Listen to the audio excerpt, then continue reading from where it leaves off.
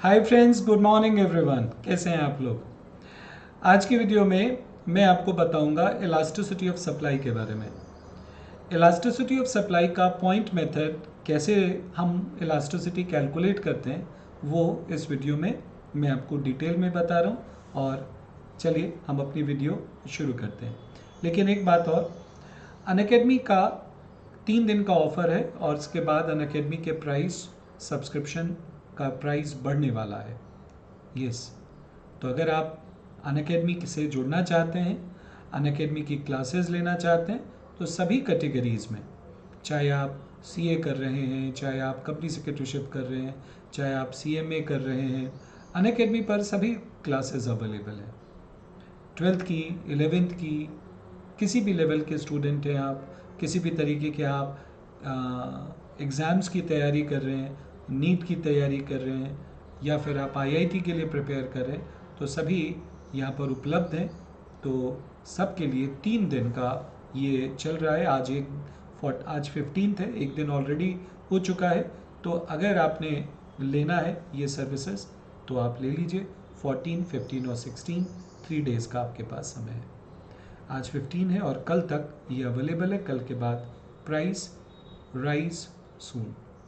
आपको अगर सब्सक्रिप्शन लेना है तो आपको ये कोड यूज़ करना पड़ेगा। आपको 20% डिस्काउंट मिलेगा। CS मनीष का कोड यूज़ करिए and you will get the discount of 20%। चलिए, तो अब मैं आपको बताता हूँ कि हमारा जो पॉइंट मेथड है वो कैसे हम इसको देखते हैं। देखिए, देखो, elasticity of supply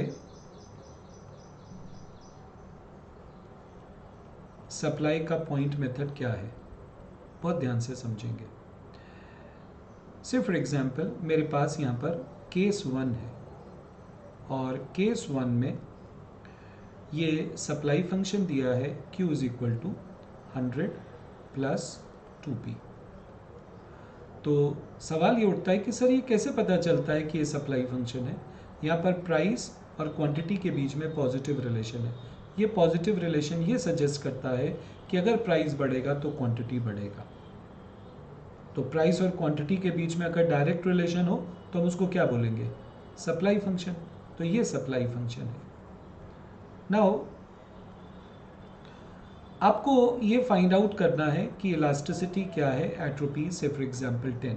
find out elasticity of supply at rupees 10। 10 रुपये पर इलास्टिसिटी निकालनी है। और आपको पॉइंट मेथड से कैसे करते हैं ये हम आपको बता रहे हैं। तो ज़रा ध्यान से देखिएगा। ये मेरे पास when the price was 0 supply was 100। तो ये सप्लाई पॉइंट है, ये यहाँ से ओरिजिनेट हो रहा है। और जब आपने प्राइस रखा 10, तो यहाँ पे अगर आप 10 रखेंगे तो कितना हो जाएगा? 100 प्लस 2 इंटू में 10, 20 हो गया। तो ये हो गया 120। ये आपका 120 हो गया। इलास्टिसिटी ऑफ सप्लाई का फॉर्मूला होता है हॉरिजॉन्टल सेगमेंट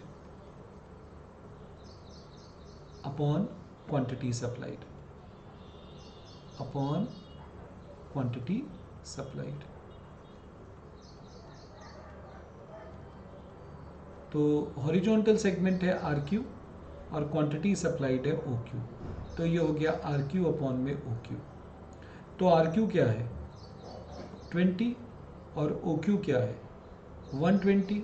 तो ये हो गया 1/6। ये है आपकी इलास्टिसिटी की वैल्यू। अब ये वैल्यू 1 से छोटी आ रही है। तो जब भी सप्लाई फंक्शन में ऑटोनॉमस सप्लाई, ये क्या है? ऑटोनॉमस सप्लाई है। जब भी ऑटोनॉमस सप्लाई पॉजिटिव का होगा तो आपकी इलास्टिसिटी की वैल्यू जो है वो 1 से छोटी आएगी, इनइलास्टिक आएगी। तो ये इनइलास्टिक सप्लाई का केस है। तो मैंने आपको 2-3 बातें यहाँ पर बताई हैं कि जब कभी भी ऑटोनॉमस सप्लाई पॉजिटिव होगा तो इलास्टिसिटी की वैल्यू 1 से छोटी आएगी। ये केस है इनइलास्टिक सप्लाई का। और ऐसा सप्लाई कर्व आगे बढ़ाने पर एक्स एक्सिस को क्रॉस करता है, एक्स एक्सिस से पास होता है। Got it? अब आइए दूसरा केस देखते हैं। मेरे पास यहाँ पर केस 2 है। सप्लाई फंक्शन आपको दिया है Q is equal to 100p। जब कभी भी सप्लाई फंक्शन में Q is equal to 10p,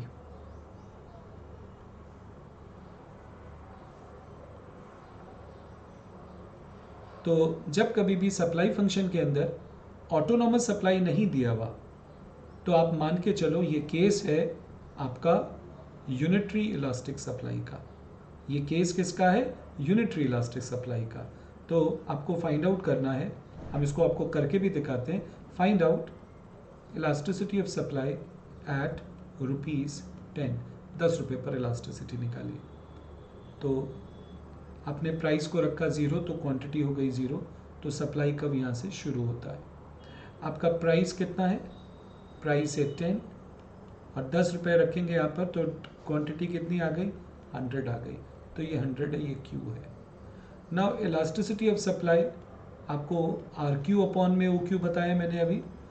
पहले R इस केस में यहाँ पर था, लेकिन अब R यहाँ पर आ गया है सरक करके।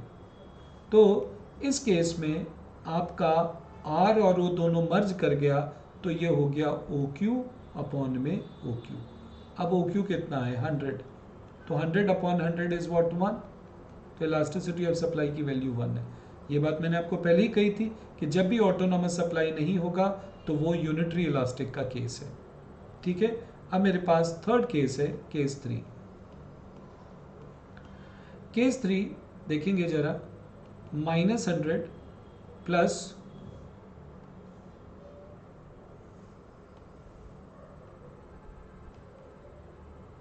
$10p। Find out elasticity of supply at ₹30, 30 रुपये पर इलास्टिसिटी निकालनी है। तो जब प्राइस रखा 0 तो सप्लाई कितनी हो गई? -100। तो ये यहाँ से ओरिजिनेट होगा, ये पॉइंट R है। कितने रुपए पर निकालना है? 30 रुपीज़ पर।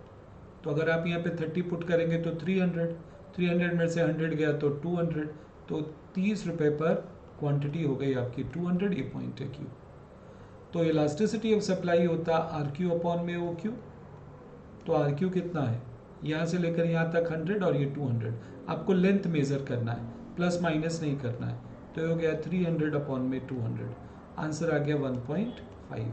तो जब भी वैल्यू 1 से बड़ी होती है तो हम क्या कहते हैं? इलास्टिक, है ना। तो जब कभी भी केस ऐसा हो कि ऑटोनॉमस सप्लाई नेगेटिव में दी हुई है तो इसकी वैल्यू 1 से बड़ी आएगी।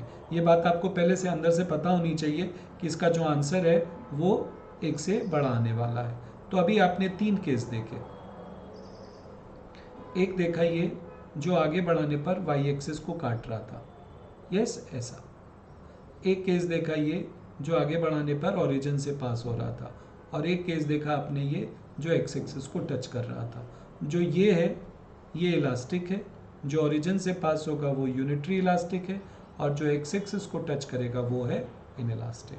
ठीक है, होपफुली आपको ये सारे कंसेप्ट समझ में आ गए होंगे। इस वीडियो को आगे शेयर करें। और 14, 15, 16, 14 जा चुका, 15 and 16 you have 2 days, unlock 20। ठीक है, bye bye, take care of yourself. Thank you for giving me your valuable time. Thank you.